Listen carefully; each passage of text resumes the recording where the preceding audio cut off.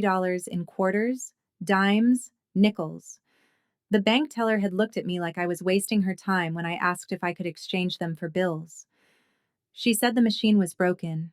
She said I'd have to come back tomorrow. Tomorrow my rent was late. Tomorrow meant a $50 fee I couldn't afford on top of rent I could barely make. So I rolled them myself. 42 rolls.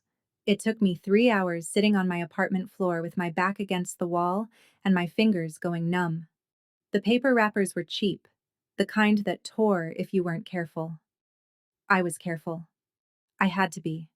Every coin mattered. Every single one. My fingers still smelled like metal when I was done.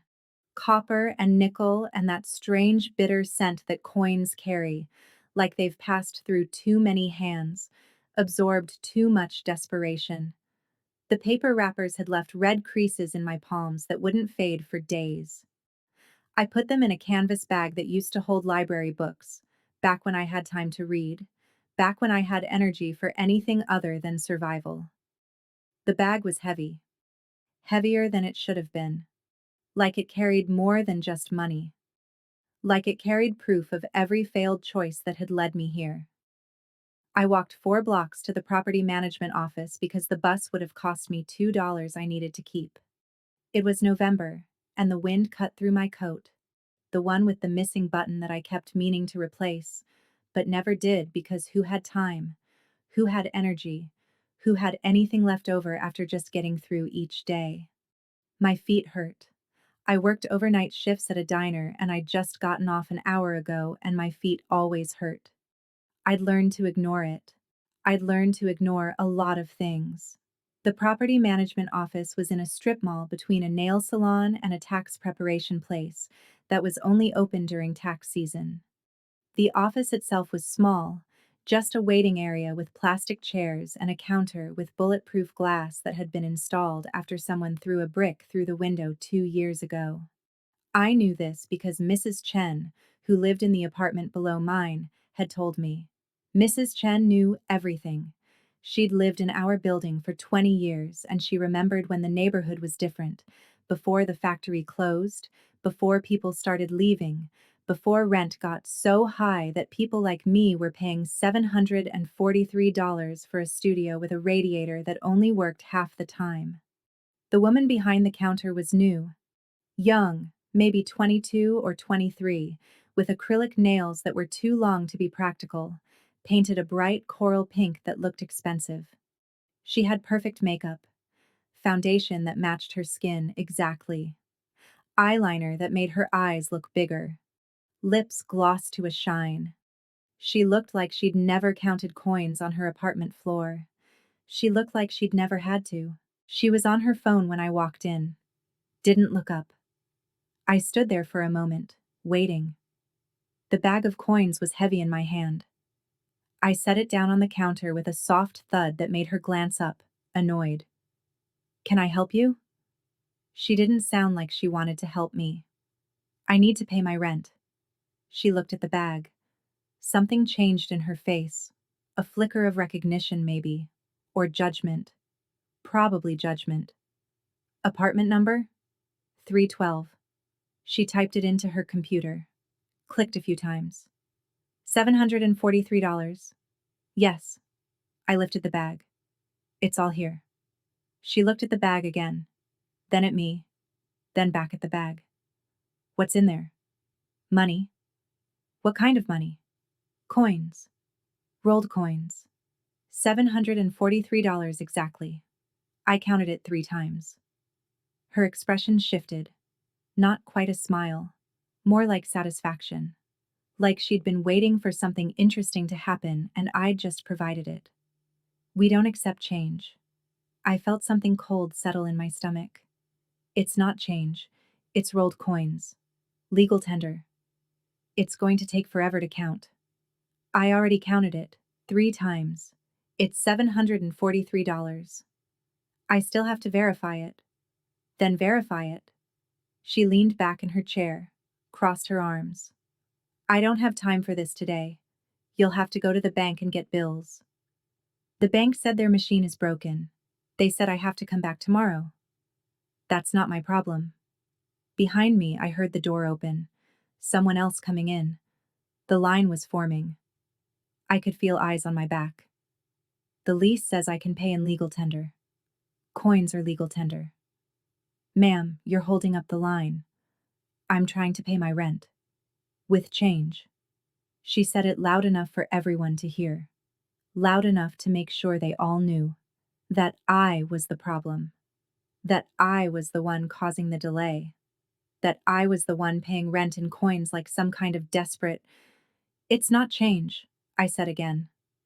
My voice was quieter now, steadier. It's rolled coins. $743. Everything I have. She shrugged. Just shrugged. Like my desperation was boring to her. Like my struggle was an inconvenience. I'm sorry, but you'll have to go to the bank and get bills. We can't process this. The lease says, Ma'am, there's a line. Behind me, someone sighed. Loud.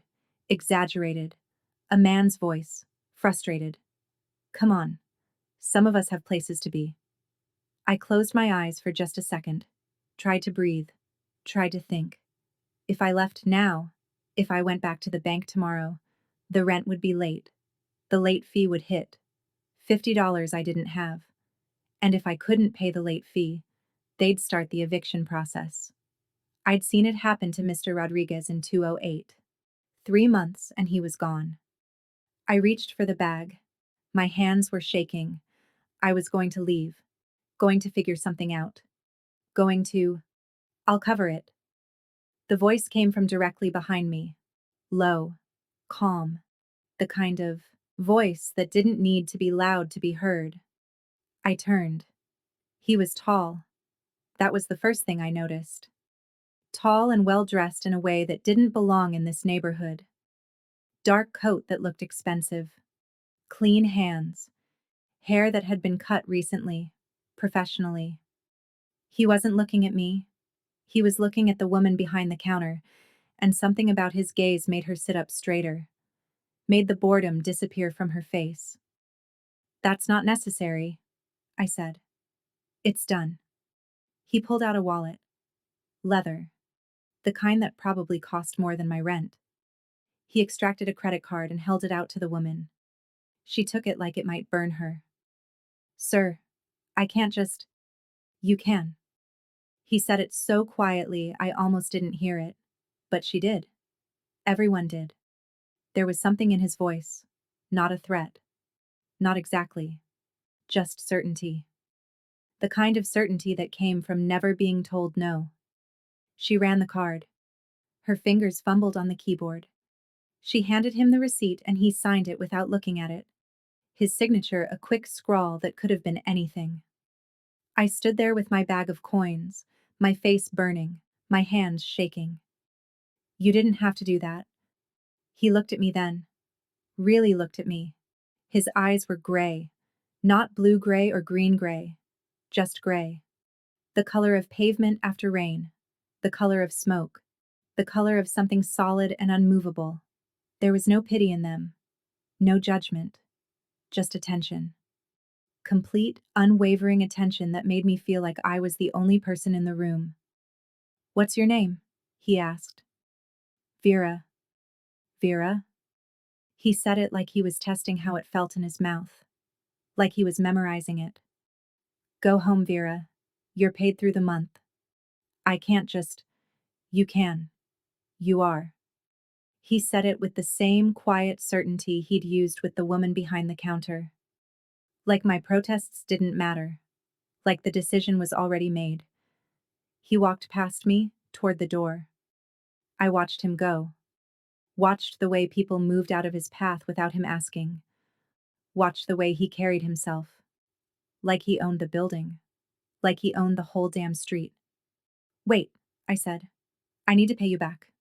He stopped. Turned to look at me over his shoulder. No, you don't. Yes, I do. Vera.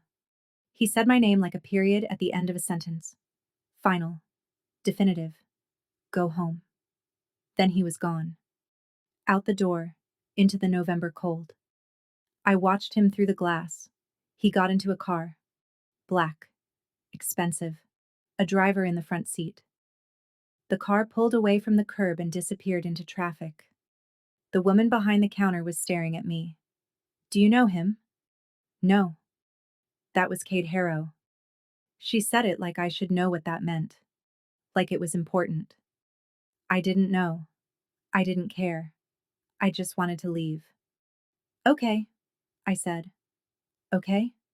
She leaned forward, interested now in a way she hadn't been before. Cade Harrow just paid your rent and you don't even know who he is? Should I? She laughed. It wasn't a friendly sound. Yeah, you should. I picked up my bag of coins and left. Walked the 4 blocks back to my apartment in the cold. My feet hurt. My hands hurt. Everything hurt. But my rent was paid, and I had a month to figure out what the hell I was going to do next. That night, I sat on my apartment floor and tried to give the money back. I didn't have his number. I didn't have his address. I Googled his name and found almost nothing.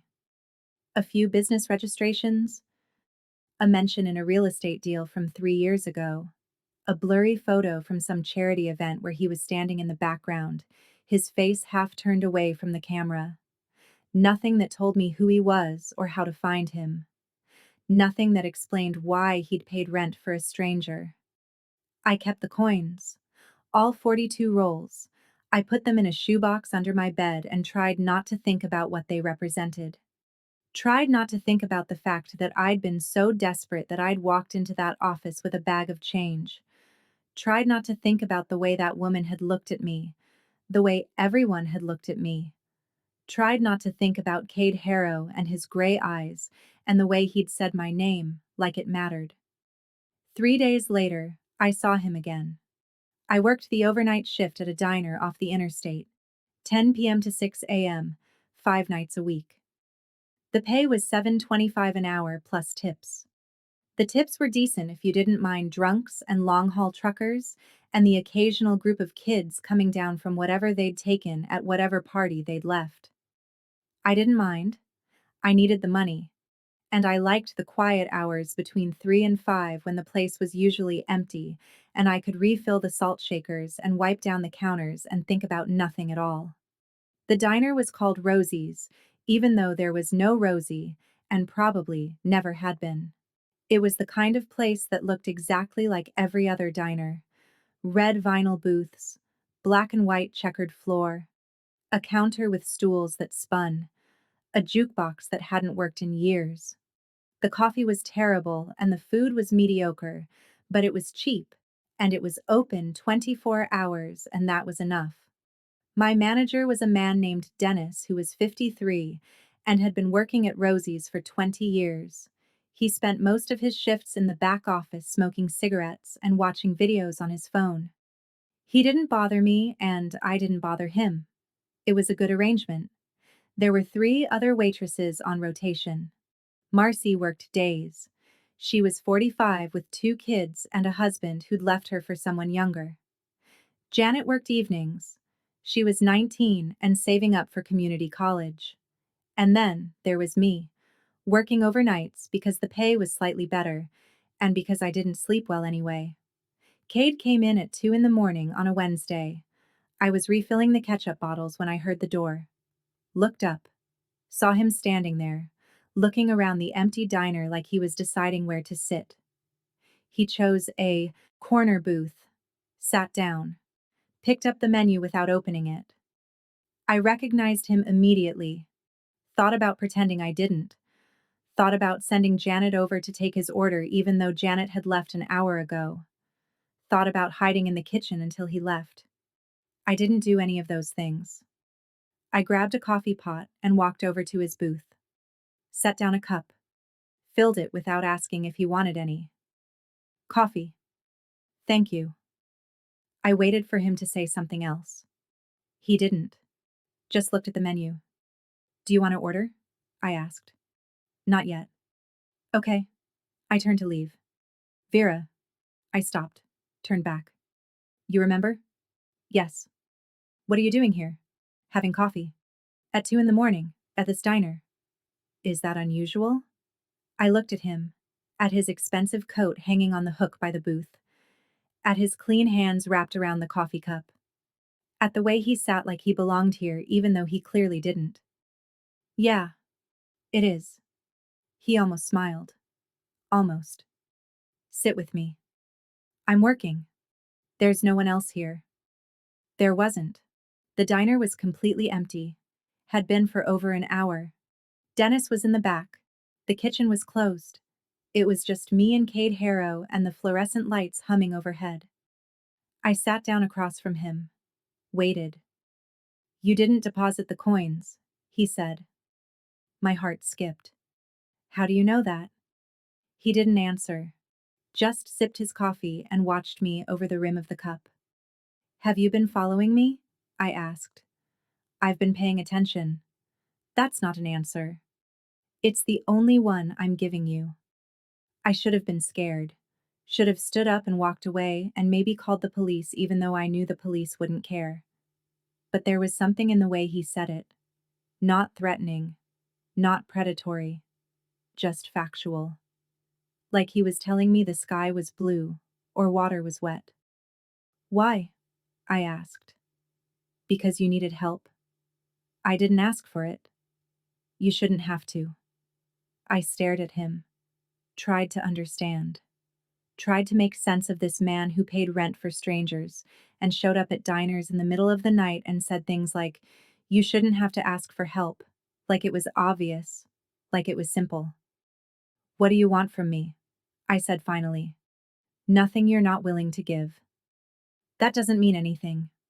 It will. He finished his coffee, set down the cup, pulled out his wallet and left $100 bill on the table. Way too much for a cup of coffee. Way too much for anything. I can't take that, I said. You can. You will. He stood up, put on his coat. Good night, Vera. He walked out. I watched him through the window. Watched him get into the same black car with the same driver. Watched the car pull away. I picked up the $100 bill and put it in my pocket and tried not to think about what it meant. He came back the next night, and the night after that, and the night after that.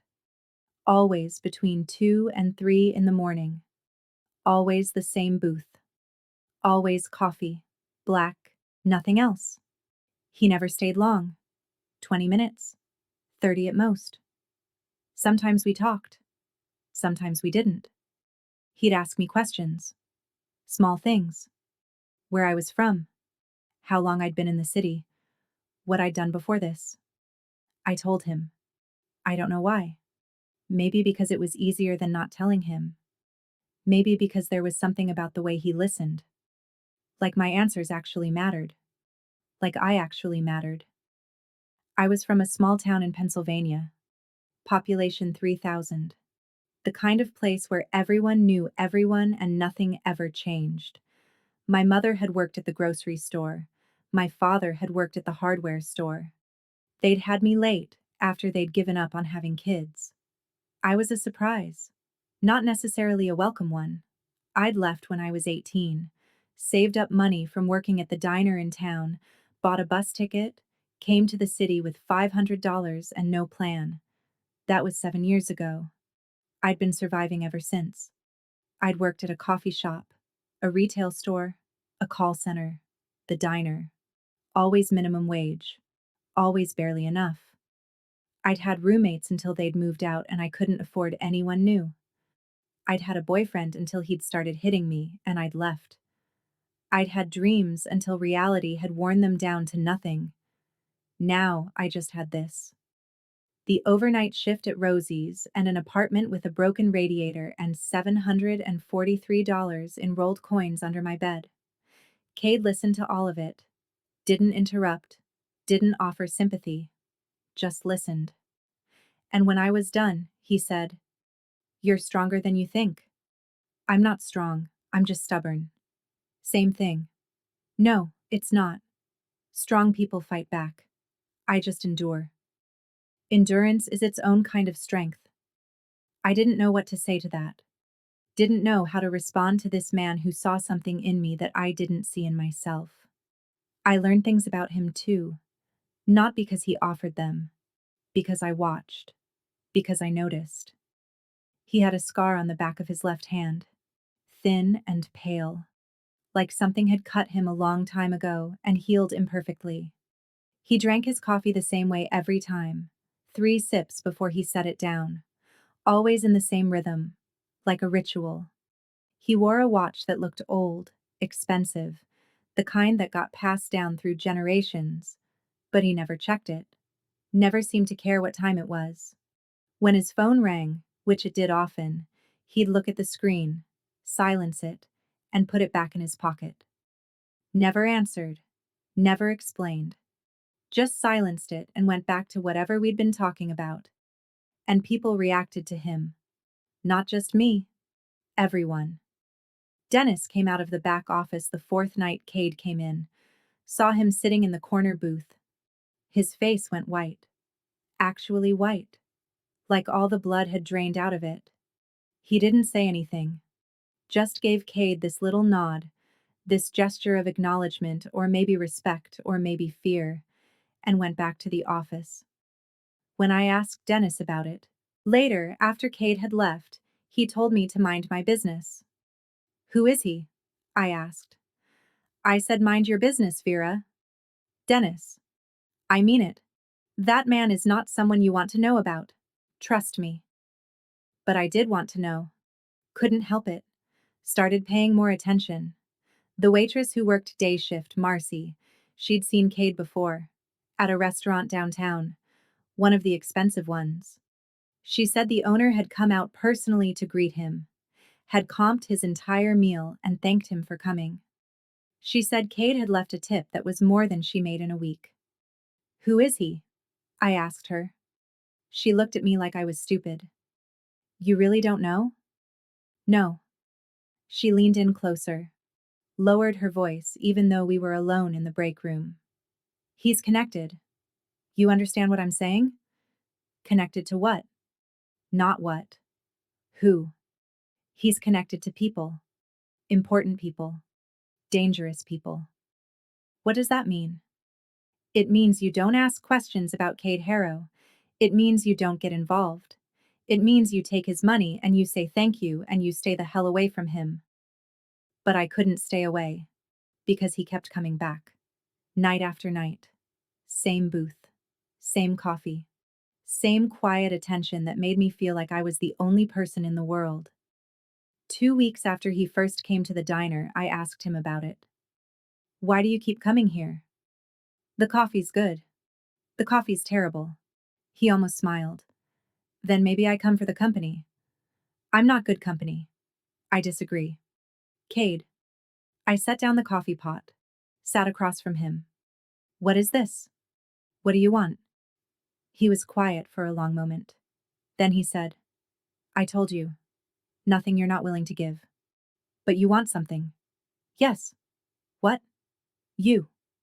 He said it simply, directly, like it was obvious. I want you, Vera. My breath caught. You don't even know me. I know enough. You know what I told you. That's not the same thing as knowing me. Then let me know you. Let me. He stopped. Started again. I saw you in that office. With your bag of coins and your pride. The way you stood there even though that woman was humiliating you. The way you didn't beg. Didn't cry. Just asked for what you'd earned. And I knew. Knew what? That you were different. That you were. He stopped again. Looked at me with those gray eyes. That you were mine. I should have laughed. Should have told him he was crazy. Should have walked away. But I couldn't. Because there was something in the way he said it. Not possessive in a creepy way.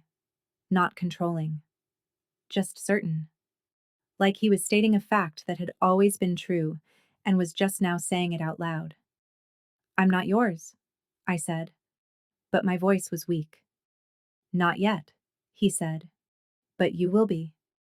He left his usual $100 bill on the table and walked out. I watched him go and tried to convince myself that I didn't want what he was offering. I failed. The next night, he didn't come. Or the night after that. Or the night after that. I told myself I wasn't disappointed. Told myself it was better this way. That whatever Cade Harrow was offering, I didn't need it. Didn't want it. I told myself a lot of lies. On the fourth night, I was walking home from my shift. 6:30 in the morning. The sun just starting to come up, painting the sky in shades of pink and orange that were almost beautiful if you ignored everything else. The cold. The smell of garbage. The broken glass on the sidewalk. I took my usual route. 4 blocks north, 2 blocks east. Past the bodega with the broken sign. Past the apartment building with the murals painted by some artist who'd moved away years ago. Past the playground with the rusty swings. I didn't see the man until he stepped out in front of me. Tall, broad, face that looked like it had been broken more than once. Nose crooked, scar through his eyebrow. He was wearing a jacket that was too thin for the weather, and his hands were in his pockets, and he was smiling. Not a nice smile. "Vera?" he said. I stopped. My whole body went cold. "Do I know you?" "No. But I know you." His smile widened. "You're the girl who's been spending time with Harrow." My stomach dropped. "I don't know what you're talking about." "Don't lie to me. It's insulting." He took a step closer. I took a step back. "I've been watching. Seeing you two at that diner. All those late-night chats. Sweet. Real sweet." "I don't know him. He's just a customer." "Sure. That's why he paid your rent. That's why he's there every night. That's why." He paused, tilted his head. "You really don't know who he is, do you?" "No." "Huh." He seemed to find that funny. "Well, doesn't matter. You're going to give him a message for me. I told you, I don't know him." "You will. When you see him, you tell him Fallon says hello. You tell him we're even now. You understand?" "I'm not telling him anything." His expression changed. The smile disappeared. "You'll tell him? Because if you don't, I'll come back. And next time, I won't be so polite." A car pulled up to the curb. Black, sleek, expensive. The back door opened and Cade stepped out. He looked at me first. His eyes scanned my face, my posture, looking for damage, looking for injuries. Then he looked at Fallon. "Walk away," Cade said. His voice was quiet, calm, but there was something underneath it. Something cold and hard and absolutely unyielding. Fallon raised his hands. The smile came back. "Just having a conversation, Harrow. No harm intended. Walk away." The temperature seemed to drop. The street was empty. No one around. Just the three of us and the morning light, and the sense that something terrible was about to happen. Fallon's smile disappeared. "This isn't over." "Yes," Cade said. "It is." They stared at each other. Seconds passed. Maybe 10. Maybe 20. I couldn't breathe. Couldn't move. Then Fallon looked at me. "See you around, Vera." "No," Cade said. "You won't." Fallon laughed. It wasn't a happy sound. Then he walked away. Just turned and walked down the street like nothing had happened. Like he hadn't just threatened me. Like Cade hadn't just promised something I couldn't quite define. The car stayed at the curb. The driver stayed behind the wheel. Cade looked at me. "Get in," he said. "I'm fine."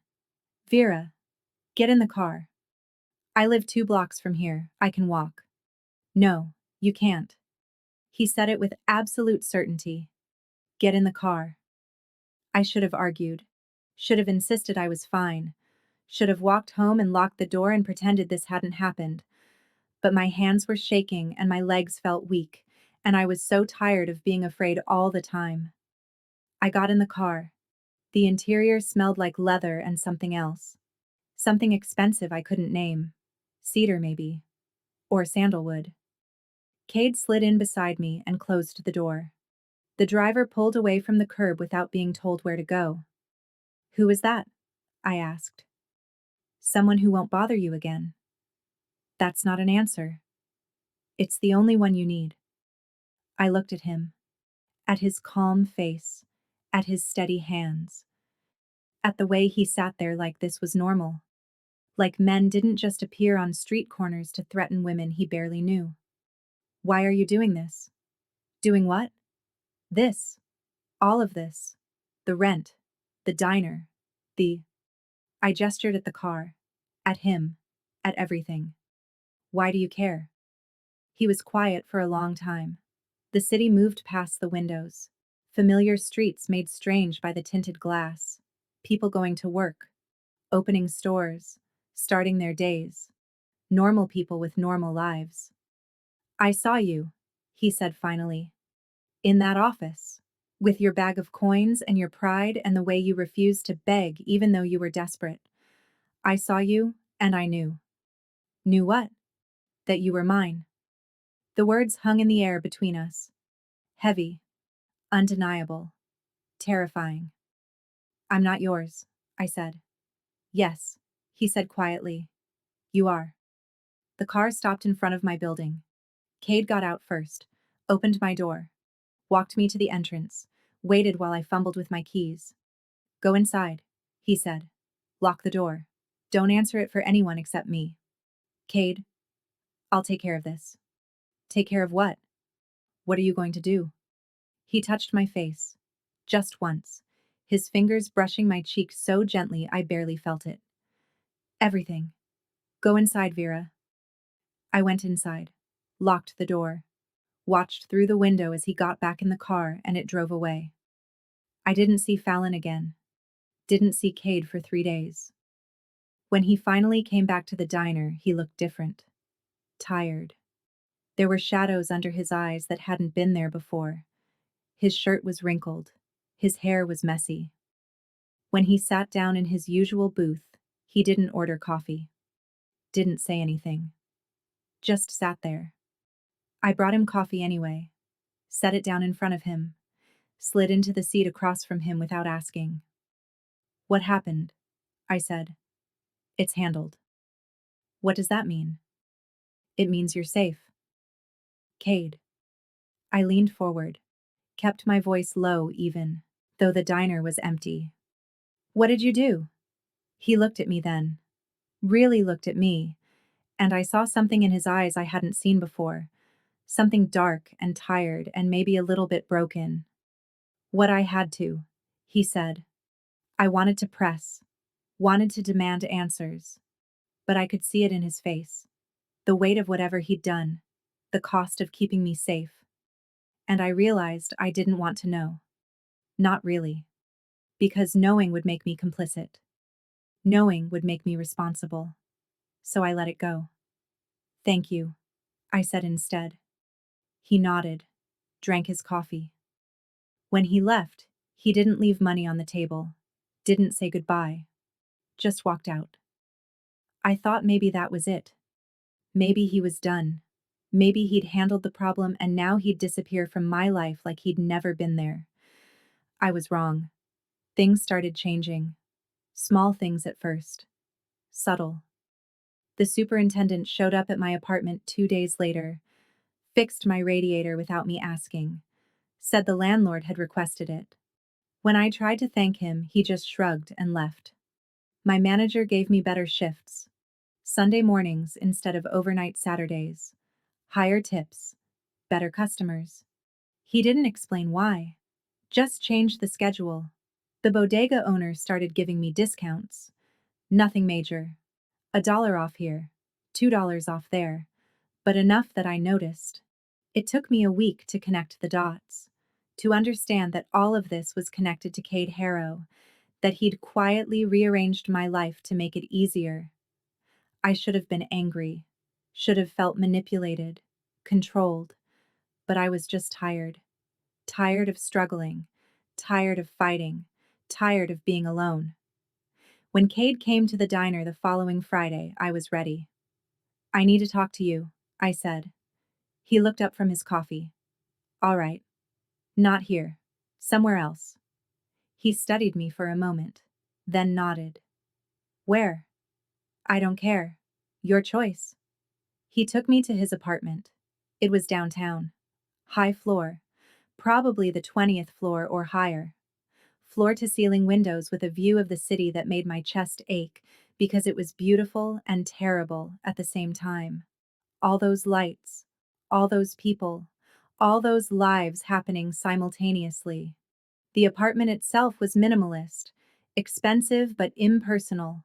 Gray couch, black coffee table, white walls, no pictures, no personal items. Like a hotel room, like he didn't really live there. I stood in the middle of the living room and turned to face him. I can't do this, I said. Do what? Whatever this is? You paying for things? You fixing my life? You. I stopped. Started again. I can't be owned. I'm not asking you to be. Yes, you are. You said it yourself. You said I was yours. You are. I don't even know you. Not really. I know you come to the diner. I know you paid my rent. I know you did something to Fallon. But I don't know who you are. What you do. Why you live in this. I gestured at the apartment. This place that doesn't feel like anyone lives here. Crossed the room. Stood in front of me. Close enough that I could feel the heat of him. Smell his cologne. See the flecks of darker gray in his eyes. What do you want to know? He said. Everything. That's dangerous. I don't care. He looked at me for a long moment. Then he stepped back. Walked to the window. Stood there with his hands in his pockets, looking out at the city. I was born here, he said. South Side. You know it? I've heard of it. My father worked construction. My mother cleaned houses. We were poor, but we were fine. We had enough. Then my father got hurt. Fell off a scaffold. Broke his back. The company refused to pay. Said it was his fault. Said he should have been more careful. He paused. I waited. We lost everything. The apartment. The car. My mother had to work 3 jobs just to keep us fed. My father couldn't work at all. He'd sit in his chair all day watching TV and getting angry. Getting bitter. He started drinking. Then he started hitting her. Then he started hitting me. My heart squeezed. I was 16 when I dropped out of school. Started working. Anything I could find. Construction. Loading docks. Deliveries. I met a man. Older. Connected. Name was Garrett. He saw something in me. Took me under his wing. Taught me things. What kind of things? How to read people. How to make money. How to survive in a world that doesn't care if you live or die. He turned to look at me. How to hurt people who deserved it. My breath caught. I was good at it, Cade continued. Better than good. I moved up fast. Made the right friends. Made the right enemies. Learned how things really work. The systems underneath the systems. The money underneath the money. By the time I was 25, I owned half the South Side. By 30, I owned most of the city. Owned, I said. What does that mean? It means I run things. Quietly. Behind the scenes. It means people pay me for protection, for permission, for the privilege of doing business in my territory. It means I'm the reason this city works the way it does, the reason garbage gets picked up, and streets get plowed and problems disappear. You're a criminal. Yes. The word was simple, honest, final. I should leave, I said.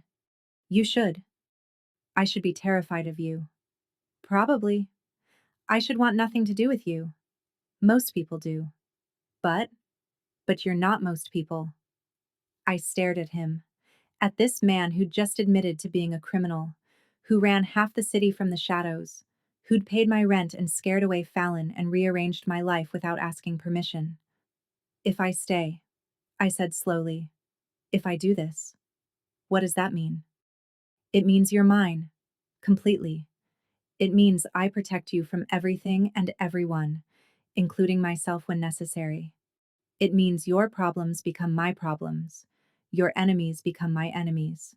It means I will do terrible things to keep you safe, and I will never apologize for it. And what do I have to do? Be mine. That's all. Just be mine. It should have been an easy answer. Should have been obvious. Run. Get out. Don't look back. But I was tired. So tired. Tired of counting coins. Tired of working overnight shifts. Tired of being invisible. Tired of being afraid. And Cade Harrow was offering me something I'd never had before. Security. Protection. Someone who saw me. Really saw me. And wanted me anyway. Okay, I said. Something changed in his face. The tension disappeared. His shoulders relaxed. He crossed to me in 2 strides and pulled me against him, his arms wrapping around me, holding me like I was something precious. You're mine now, he said into my hair. I know. He pulled back, looked down at me, and then he kissed me. It wasn't gentle, wasn't tentative. It was possession, pure and simple. His hands in my hair, his mouth on mine, his body pressing me back against the wall. I should have been scared, should have pushed him away. I kissed him back. When he finally pulled away, we were both breathing hard. I need to take you home, he said. Why? Because if I don't, I won't stop. And you're not ready for that yet. How do you know? Because I know you, Vera. Better than you think. He drove me home, walked me to my door, kissed me again, slower this time, like he was memorizing the taste of me. Then he left. I went inside, locked the door, sat on my floor and tried to process what I'd just done. I'd just agreed to belong to a criminal, to a man who admitted he did terrible things, to someone who ran the city from the shadows. I should have been terrified. I wasn't. I felt safe. The next few weeks were strange. Cade didn't change my life dramatically. There was no sudden wealth, no new apartment, no obvious signs of his influence beyond what had already changed. But he was always there, not hovering, not controlling, just present. He'd show up at the diner, stay for an hour. We'd talk about everything and nothing.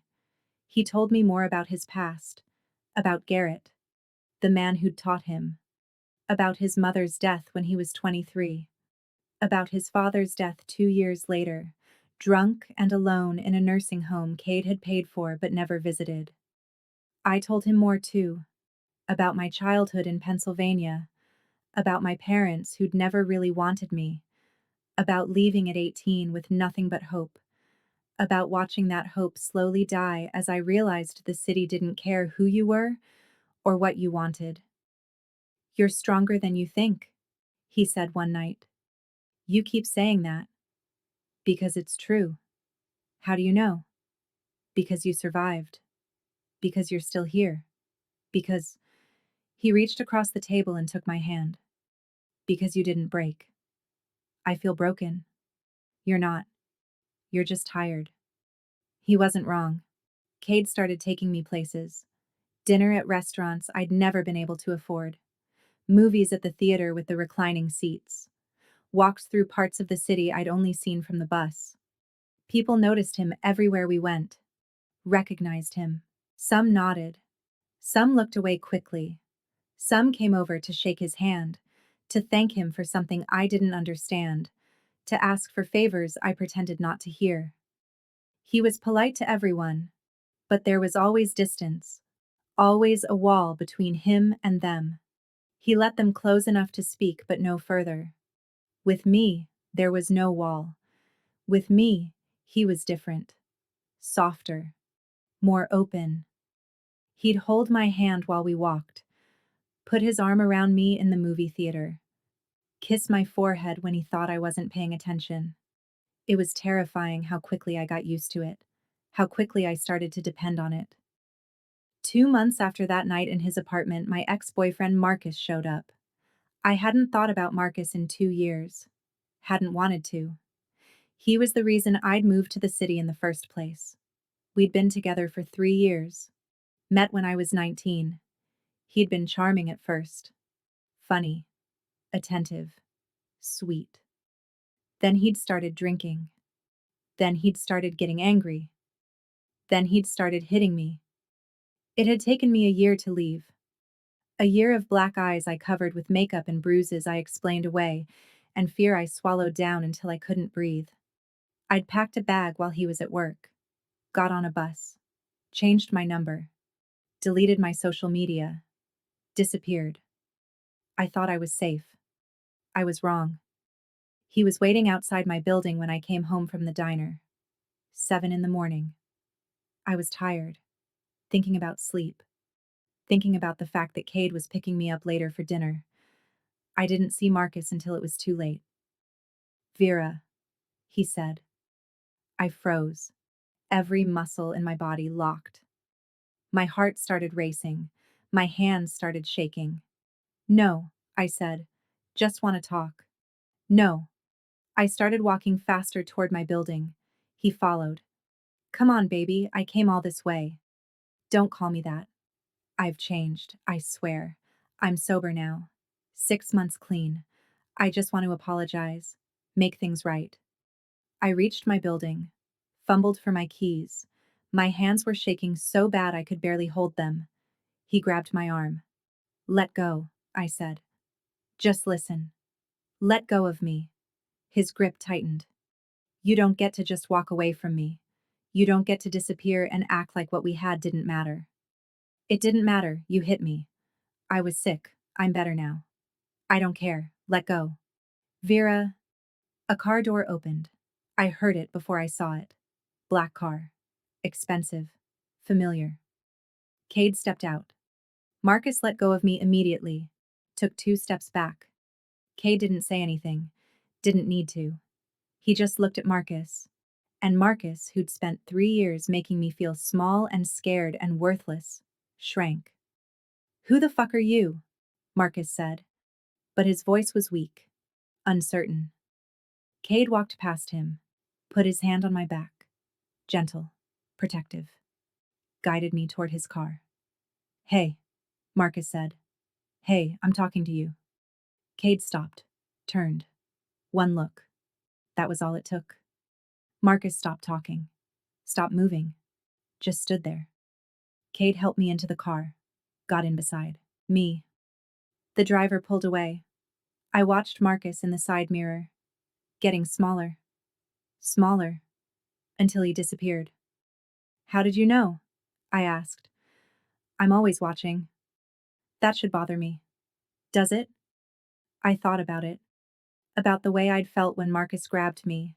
The terror. The helplessness. The way my body had remembered even though my mind had tried to forget. About the way Cade had appeared. Like he'd been waiting. Like he'd known. No, I said. It doesn't. Cade took my hand. Held it in both of his. His hands were warm. Solid. Real. He won't bother you again, he said. You can't know that. Yes, I can. And I believed him.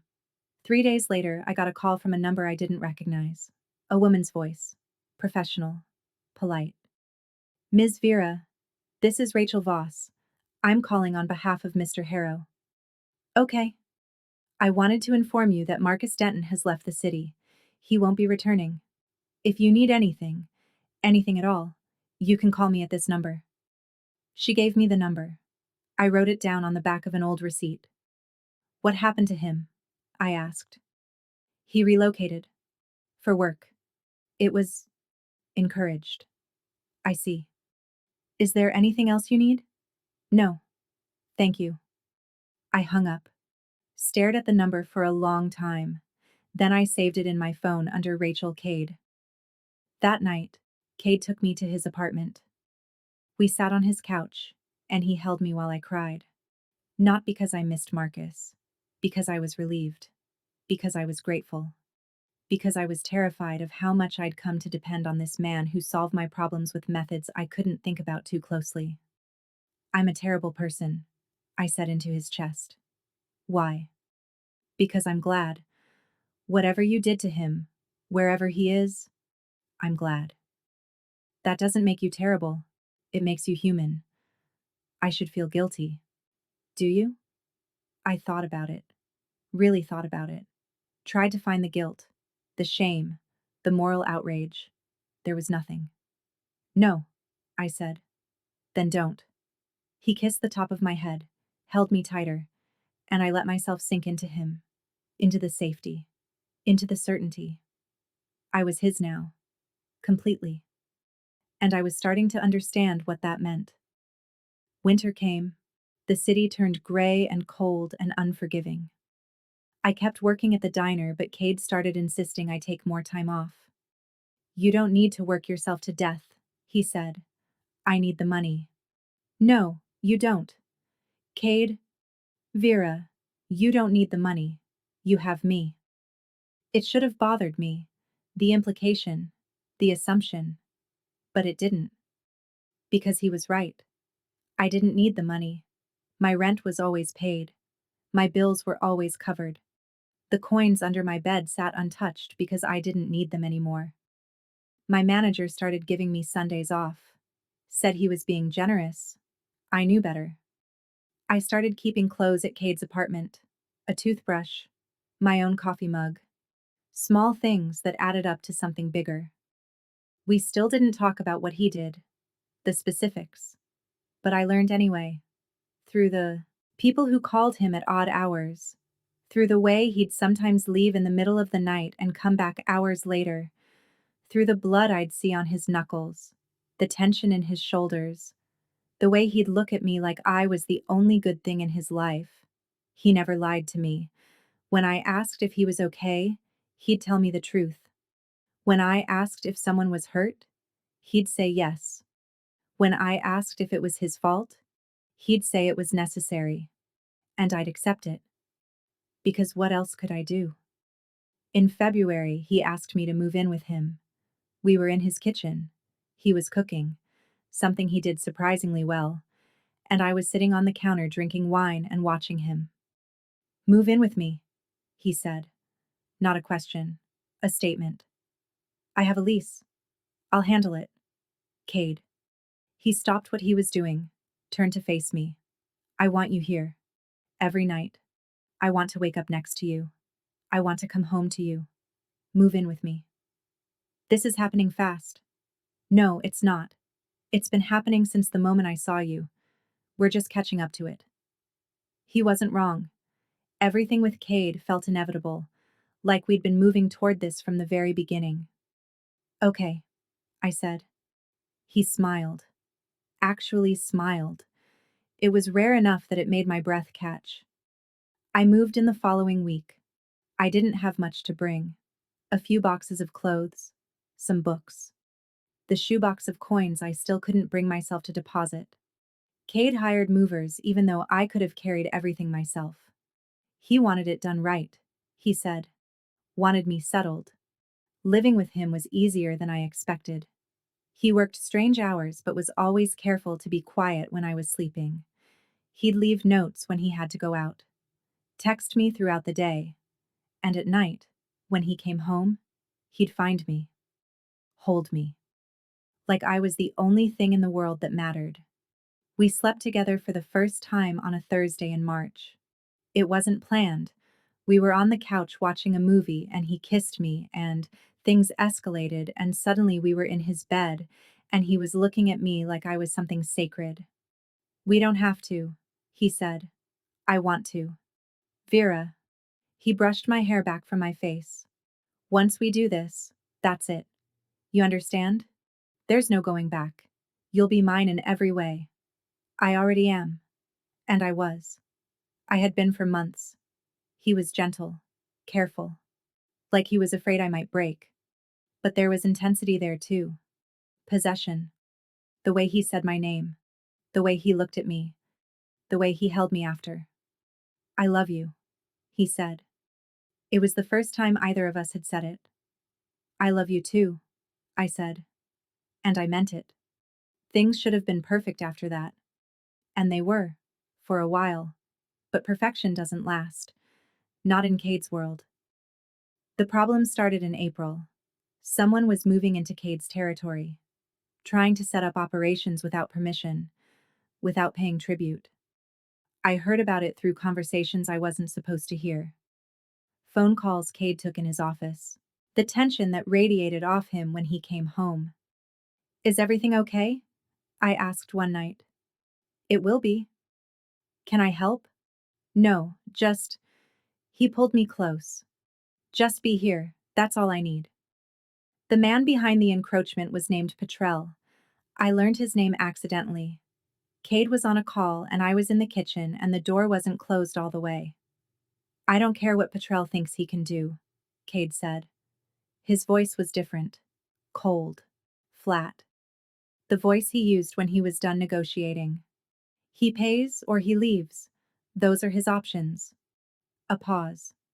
Then make him understand. I don't care how. Another pause. Do it tonight. He hung up. Found me in the kitchen 10 minutes later. Knew immediately that I'd heard. Don't ask, he said. I wasn't going to. Vera. I said I wasn't going to ask. I set down my coffee. I know what you do. I'm not naive. No. He said quietly. You're not. He held me. And I held him back. We were both too far in now to pretend otherwise. Petrel disappeared that night. I saw it on the news the next morning. Local businessman missing. Police investigating. Cade came home at dawn. No blood on his clothes. No evidence. Just exhaustion in every line of his body. Is it done? I asked. Yes. I made him breakfast. We didn't talk about it. Never talked about it again. But something had shifted. I wasn't just Cade's girlfriend, I was complicit. Part of this. And there was no going back. Spring turned to summer. I quit my job at the diner in June. Cade had been asking me to quit for months. You don't need it anymore, he said. I like having my own money. I know. But you're exhausted all the time. And that neighborhood isn't safe at night. I've been fine. You've been lucky. That's not the same thing. He was right. So I quit. And it felt like losing the last piece of who I used to be. But it also felt like relief. I spent my days reading, exploring the city, learning to cook. Cade gave me a credit card with no limit. I barely used it. Couldn't shake the habit of checking price tags, of calculating if I could afford something. Why don't you buy things? He asked. I don't need things. That's not what I asked. I thought about it. I don't know how to want things anymore. I spent so long surviving that I forgot how to live. He looked sad. Then learn, please. For me. So I tried. Bought books. Clothes that fit. Went to museums and restaurants. And slowly I remembered what it felt like to be more than just surviving. But summer didn't stay peaceful. August brought everything crashing down. The phone rang at 3 in the morning. Cade answered on the second ring. What? I couldn't hear the other side, but I watched his face change.